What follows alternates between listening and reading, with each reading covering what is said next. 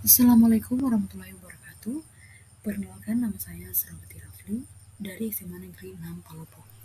Jadi di sini saya akan mempresentasikan materi yang sudah saya buat. Oke, baik. Jadi materi yang akan saya paparkan pada kesempatan kali ini yaitu mengenai hak dan kewajiban warga negara. Hak dan kewajiban warga negara, lebih tepatnya warga negara Indonesia. Jadi sebelum kita memasuki materi inti, kita harus tahu dulu apa sih pengertian dari warga negara. Nah, jadi warga negara adalah bagian dari penduduk yang membentuk suatu negara. Itu secara umum.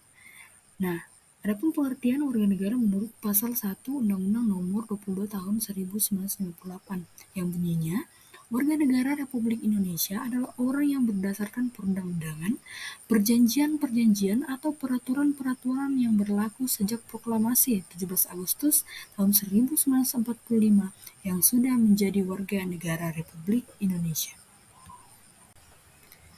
Oke, nah sekarang kita sudah memasuki materi inti. Nah, pertama-tama kita harus tahu dulu pengertian dari hak dan kewajiban warga negara. Oke, yang pertama, pengertian hak warga negara. Jadi hak warga negara adalah hak yang dimiliki setiap warga negara, yaitu untuk menerima perlindungan, pelayanan dari negara, serta memperoleh kebebasan dan kesempatan yang sama untuk memenuhi kebutuhan hidupnya. Itu pengertian hak warga negara. Nah, sekarang pengertian kewajiban warga negara. Kewajiban warga negara adalah tugas dan tanggung jawab yang harus diterima oleh setiap warga negara untuk memenuhi kewajiban dan memenuhi tanggung jawabnya terhadap negara dan masyarakat. Nah, itu tadi pengertian hak dan kewajiban warga negara. Oke, baik. Sekarang kita lanjut. Hak dan kewajiban warga negara berdasarkan undang-undang. Nah, jadi sebenarnya hak dan kewajiban warga negara itu ada yang berdasarkan undang-undang dan ada yang berdasarkan Pancasila. Nah, sekarang saya akan menjelaskan dulu berdasarkan undang-undang. Jadi, Undang-Undang Nomor 19 Tahun 1999 mengartikan bahwa HAM itu adalah sekumpulan hak yang melekat pada keberadaan manusia sebagai makhluk Tuhan dan harus dihormati, dijunjung tinggi, dilindungi oleh negara, hukum, pemerintah, dan setiap orang untuk mempertahankan martabat dan perlindungan harkat manusia. Nah, itu pengertian HAM ya. Contoh hak warga negara sebagai berikut. Nah, di sini ada beberapa contoh ya yang saya masukkan. Yang pertama, hak untuk hidup. Yang kedua, hak yang sama dalam hukum. Artinya hak yang sama di depan hukum. Yang ketiga, hak mengeluarkan pendapat atau mengemukakan pendapat. Yang keempat, hak meluk agama dan kepercayaan masing-masing. Lanjut, hak jaminan sosial, hak mendapatkan jaminan sosial. Dan terakhir, hak mendapatkan pekerjaan yang layak. Nah, tadi itu kan contoh hak warga negara. Nah, sekarang contoh kewajiban warga negara. Nah, contoh kewajiban warga negara yang pertama, membayar pajak. Oke. Dua, menaati, tunduk, dan patuh terhadap hukum yang berlaku. Sudah jelas, harus itu wajib. Ketiga, menghargai orang lain. Wajib. Lanjut, bela negara. Ya, oke. Menjaga ketertiban dan keamanan, pasti. Yang terakhir, menjaga fasilitas umum. Fasilitas yang sudah di eh, fasilitas yang sudah pemerintah berikan harus dijaga baik-baik ya. Oke, lanjut. Sekarang contoh hak berdasarkan pasal 27 sampai pasal 34 Undang-Undang Dasar 1945. Jadi tadi seperti yang saya bilang, kalau misalnya hak dan kewajiban warga negara itu ada yang berdasarkan undang-undang dan berdasarkan Pancasila. Nah, sekarang ini berdasarkan Undang-Undang Dasar. Oke, yang pertama, ini contoh ya. Sebenarnya banyak, tapi saya cuma masukkan 4. Yang pertama, hak memeluk agama dan beribadah menurut agama atau kepercayaannya. Pasal 28E ayat 1. Nah, jadi setiap warga negara Indonesia itu memiliki hak untuk memiliki kepercayaan sesuai dengan yang mereka yakini. Nah, itu maksud pasal ini. Lanjut, hak untuk hidup dan mempertahankan kehidupannya. Oke, hak untuk hidup itu merupakan hak asasi manusia ya. Sudah dari kita lahir, sudah menjadi hak kita, hak untuk hidup. Lanjut, yang ketiga, hak atas pekerjaan dan penghidupan yang layak. Pasal 27 ayat 2. Jadi, setiap warga negara itu berhak atas pekerjaan yang layak dan penghidupan yang layak. Yang terakhir, hak atas pengajuan jaminan perlindungan dan kepastian hukum yang adil serta yang sama di depan atau di mata hukum. Jadi, setiap warga negara itu diperlakukan harus secara adil, tidak boleh dibeda-bedakan. Baik, tadi kan contoh hak berdasarkan undang-undang. Nah, sekarang contoh kewajiban berdasarkan pasal 27 sampai 34 Undang-Undang Dasar 1945. Yang pertama, wajib mentaati hukum dan pemerintah. Pasal 27 ayat 1. Oke, ini sudah jelas ya, wajib mentaati hukum. Kita kan sebagai warga negara dilindungi oleh negara. Nah, berarti kita juga harus mentaati hukum. Oke, yang kedua, wajib ikut serta dalam upaya pembelaan negara. Pasal 27 ayat 3. Oke, lanjut. Wajib menghormati hak asasi orang lain. Sudah jelas ini, menghormati hak asasi orang lain.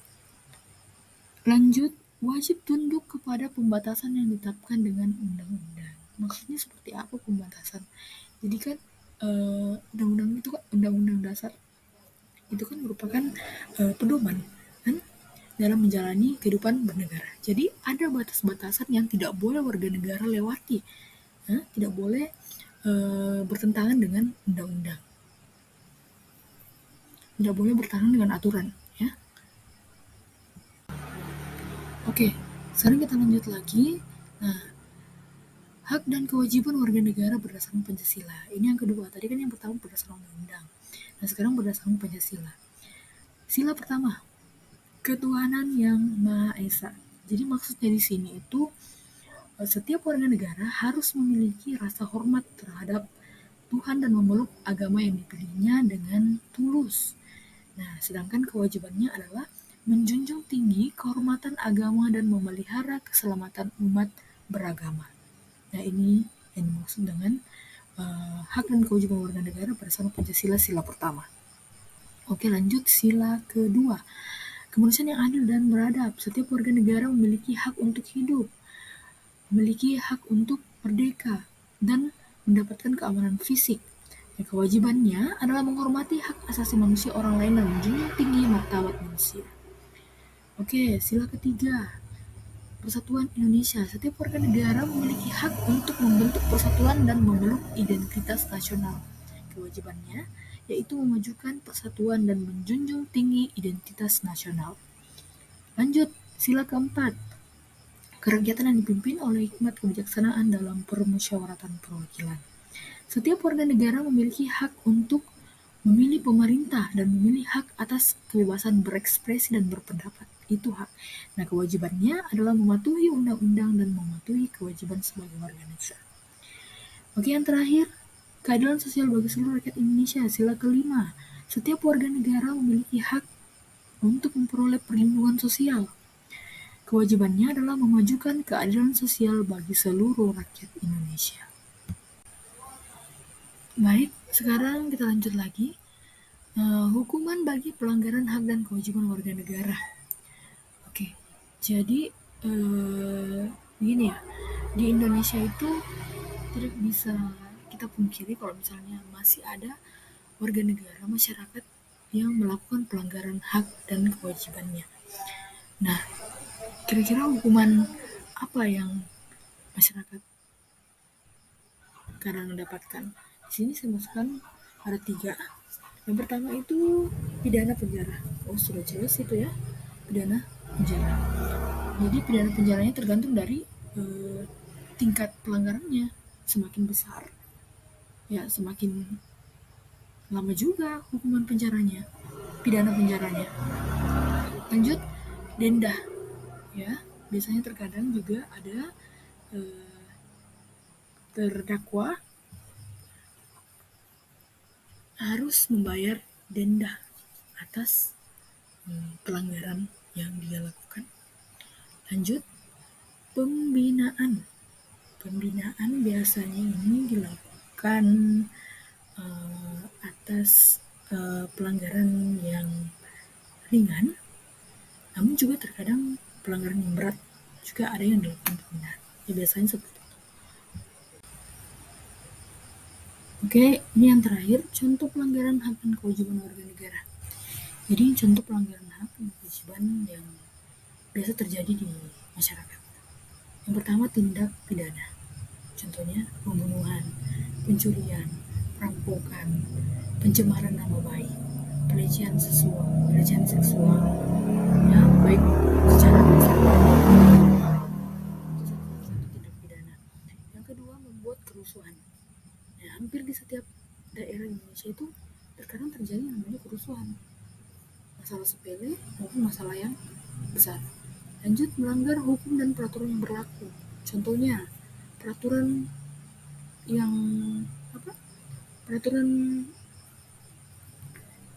peraturan lalu lintas yang sudah jelas itu kita harus taati, tapi masih ada juga yang melanggar.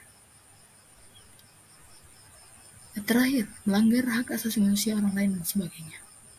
Ya masih banyak di negara kita yang baik dia sengaja maupun tidak sengaja itu dia tidak tahu kalau sebenarnya dia melanggar hak asasi orang lain.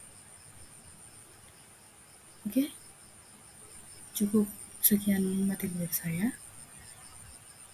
Mohon maaf bila ada salah kata. Wassalamualaikum warahmatullahi wabarakatuh.